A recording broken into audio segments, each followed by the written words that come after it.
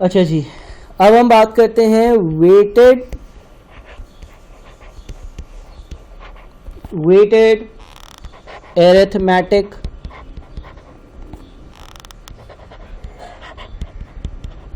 Mean की।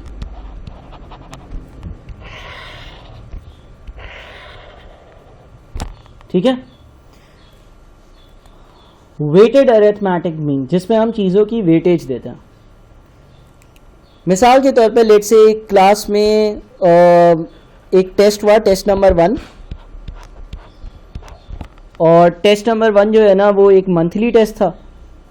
एक बच्चे के लेट से 100 मार्क्स का टेस्ट था, एक बच्चे के उस 100 में से 30 मार्क्स आए। ये मंथली टेस्ट नंबर 1 है। फिर मंथली टेस्ट नंबर 2 हुआ। मंथली टेस्ट नंबर 2 में इस बच्चे के 100 में से 20 मार्क्स आए।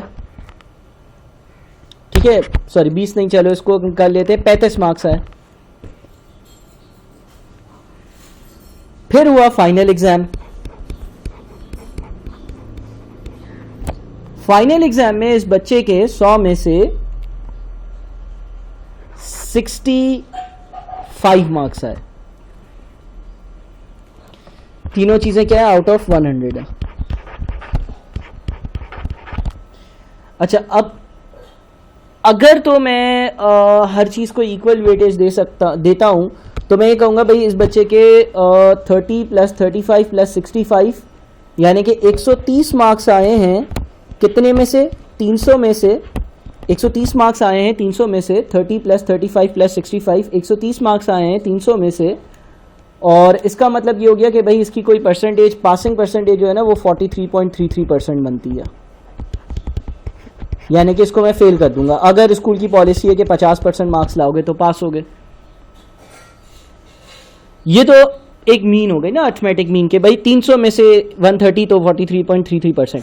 अच्छा, जनरली स्कूल्स में क्या होता है कि फाइनल एग्जाम को ज़्यादा अहमियत, ज़्यादा वेटेज दी जाती है और तब हम वेटेड अर्थमेटिक मीन का जो कॉन्सेप्ट है वो अप्लाई करते हैं। मिसाल के तौर पर स्कूल ने ये फैसला कर लिया कि जो फाइनल एग्जाम्स होंगे ना उसकी अहमियत ट्वाइस होगी in comparison to a monthly test. Final exam की जो अहमियत होगी, जो वेटेज होगी, वो नॉर्मल मंथली टेस्ट से डबल होगी, 2 होगी as compare to monthly test which is 1 यानी कि वेटेज दे दी, अहमियत दे दी। किसकी अहमियत ज़्यादा है? फाइनल एग्जाम्स की। अब अगर school weighted arithmetic mean calculate करे तो स्कूल क्या करेगा? स्कूल फॉर्मूला अप्लाई करेगा, weightage 1 into marks 1 plus weightage 2 into marks 2 plus weightage 3 into marks 3 divided by sum of weightages, weightage 1 plus weightage 2 plus weightage 3। Weightage 1 into marks 1 का मतलब हो गया 30 into 1। Weightage 2 into marks 2 का मतलब हो गया 35 into 1। Weightage 3 into marks 3 का मतलब हो गया 65 इंटू 2 विच इज 130।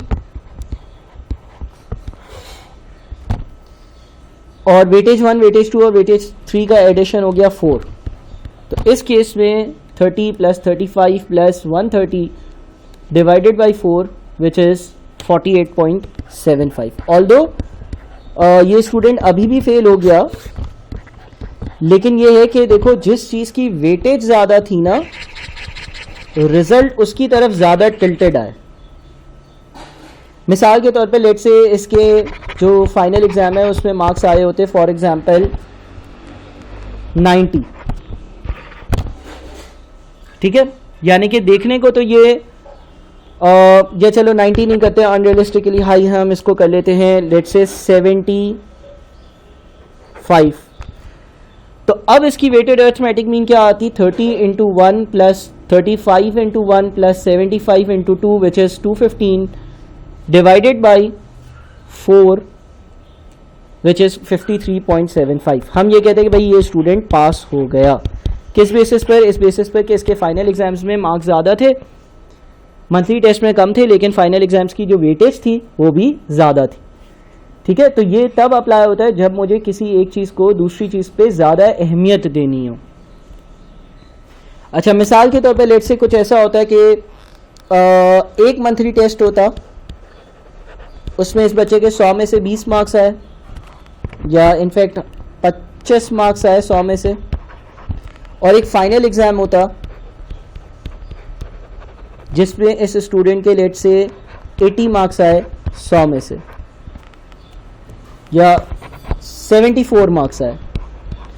अब अगर नॉर्मल अर्थमेटिक मीन कैलकुलेट करता तो 25 plus 74 99 out of 200 which is 49.5%।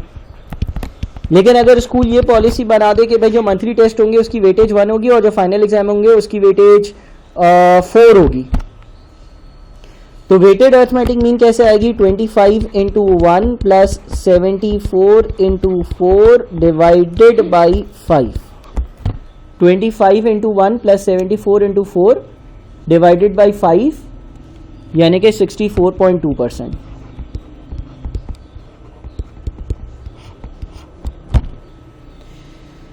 तो फाइनल एग्जाम की वेटेज ज़्यादा होने की वजह से फाइनल एग्जाम की वेटेज ज़्यादा होने की वजह से ये स्टूडेंट पास हो जाएगा।